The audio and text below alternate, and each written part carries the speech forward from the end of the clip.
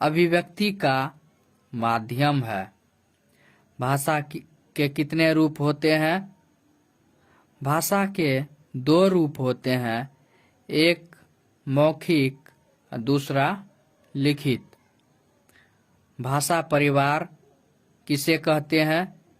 सामान्यतः ऐसी भाषा समूह को जिसका उद्भव किसी एक मूल भाषा से हुआ हो, भाषा परिवार कहते हैं।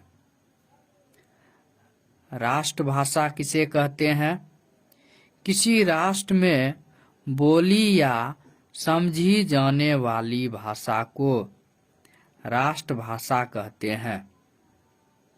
हिंदी भारत की राष्ट्रभाषा है। राज्य भाषा किसे कहते हैं? किसी देश के राज्य का राजकाज जिस भाषा में चलाया जाता है उसे राजभाषा कहते हैं। व्याकरण किसे कहा जाता है? व्याकरण उस शास्त्र को कहा जाता है जिसके पढ़ने से मनुष्य किसी भाषा को शुद्ध शुद्ध लिखना और बोलना सीखता है। व्याकरण मनुष्य को किसी भाषा के मानक रूप का ज्ञान देता है। व्याकरण किसे कहते हैं यह तो हमने जान लिया। अब देखते हैं व्याकरण के कितने भाग होते हैं। व्याकरण के मुख्यतः 3 भाग होते हैं। नंबर 1 वर्ण विचार, नंबर 2 शब्द विचार, नंबर 3 वाक्य विचार। वर्ण विचार किसे कहते हैं? भाषा की मूल ध्वनि के प्रतीक चिन्हों को वर्ण विचार कहते हैं। जैसे अ, आ, क, च, ट, त, प आदि।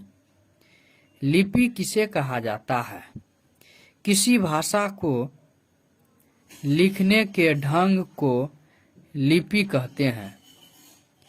हिंदी की लिपि देवनागरी, अंग्रेजी की लिपि रोमन और उर्दू की लिपि फारसी है। वर्णमाला किसे कहते हैं? वर्णों के क्रमबद्ध समूह को वर्णमाला कहते हैं। आधुनिक हिंदी वर्णमाला में कुल 52 वर्ण हैं। इन वर्णों का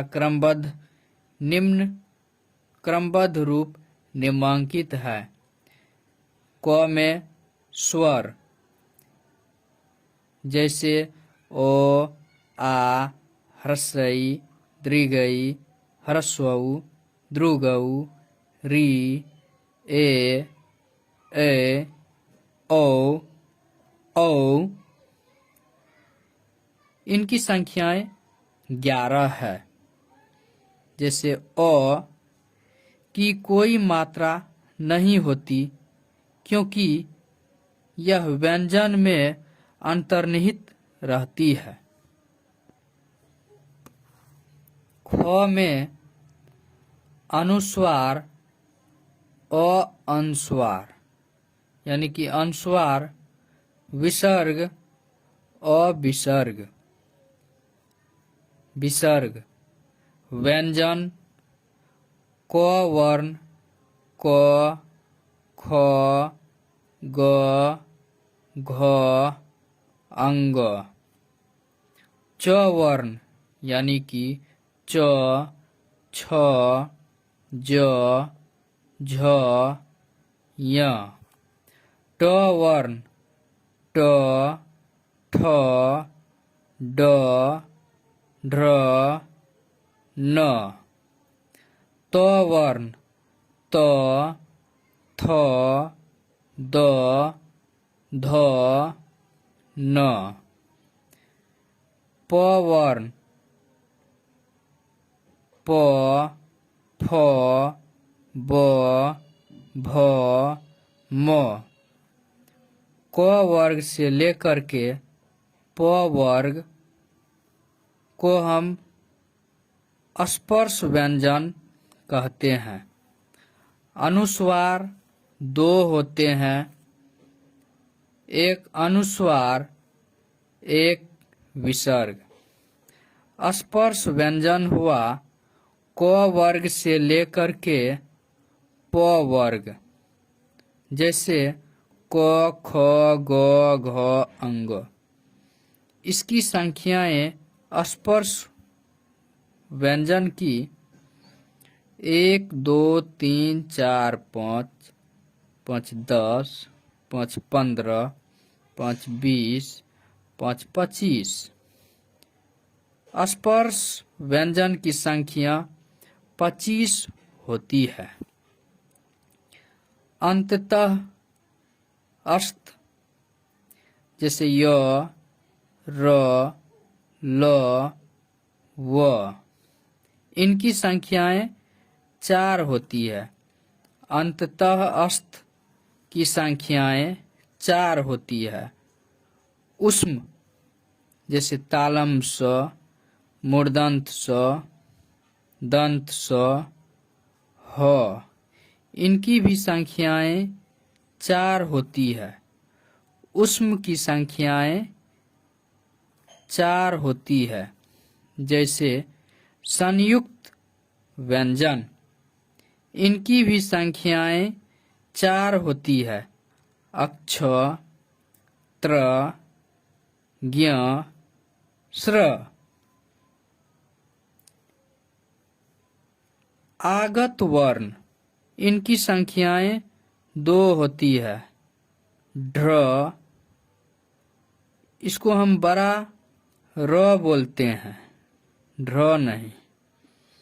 ये हुआ ढ्र, बड़ा र और ढ्र, इनकी संख्याएं 2 होती है। आगत वर्ण बड़ा र और ढ्र।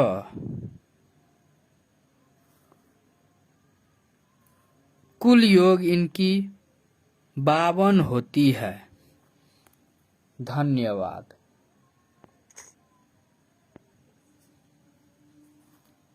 वर्ण के कितने भेद होते हैं? वर्ण के 2 भेद होते हैं, स्वर वर्ण और व्यंजन वर्ण। स्वर्ण वर्ण किसे कहते हैं? स्वर वर्ण किसे कहते हैं? जिन वर्णों का उच्चारण बिना किसी दूसरे वर्ण की सहायता से हो, उन्हें स्वर वर्ण कहते हैं। जैसे अ, आ, ह्रस्वई, दीर्घई, ह्रस्वऊ, दीर्घऊ, री, ए, ऐ, औ, औ आदि। ये सभी वर्ण किसी दूसरे वर्ण की सहायता से नहीं बोले जाते हैं। उच्चारण के अनुसार स्वर वर्ण के कितने भेद होते हैं? स्वर के मुख्यतः रूप से 3 भेद होते हैं। एक में हम बोल सकते हैं ह्रस्व स्वर, दूसरे नंबर में दीर्घ स्वर, तीसरे नंबर में प्लुत स्वर। ह्रस्व स्वर किसे कहते हैं? जिस स्वर वर्ण के उच्चारण में एक मात्रा का समय लगे उसे ह्रस्व स्वर कहते हैं। जैसे अ, ई, उ, री। ये स्वर में मात्र एक मात्रा का समय लगी। दूसरी दीर्घ स्वर, जिस स्वर के उच्चारण में ह्रस्व से 2 गुना समय लगे उसे दीर्घ स्वर वर्ण कहते हैं। जैसे आ, ह्रस्वई, द्रुगौ। इन स्वर में 2 गुनी समय लगे, लेकिन हर स्वर में मात्र 1 मात्रा का समय लगती है। इससे 2 गुनी समय दीर्घ स्वर में लगी। अ में 1 मात्र का समय लगा, लेकिन आ में इनसे 2 गुनी समय लगी। हर्षई, हर्षई, हर्षई, द्रुगौ।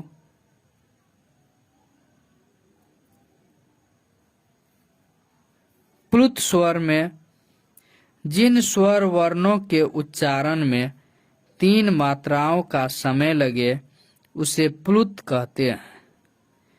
इनका उपयोग पुकारने या चिल्लाने में होता है, जैसे हे राम, ओम इत्यादि। 3 मात्राओं का समय लगता है। हे राम, ओम इत्यादि।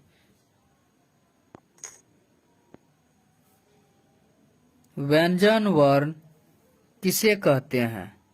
जो वर्ण स्वर की सहायता से बोले जाते हैं, अर्थात जिनका उच्चारण स्वर की सहायता से होता है, उन्हें व्यंजन वर्ण कहते हैं। जैसे क, ख, च, छ आदि। आयोग वा वर्ण किन्हें कहा जाता है? जैसे अनुस्वार, अनुस्वार और अविसर्ग अह विसर्ग को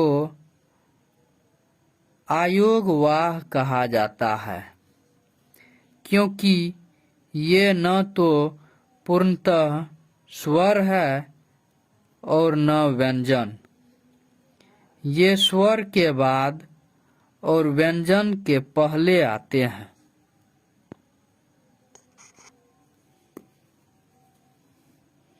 उच्चारण में सहायक अंग। कोई भी वर्ण का अगर हम उच्चारण करते हैं तो हमारे शरीर का कौन सा अंग इसमें सहायक होती है?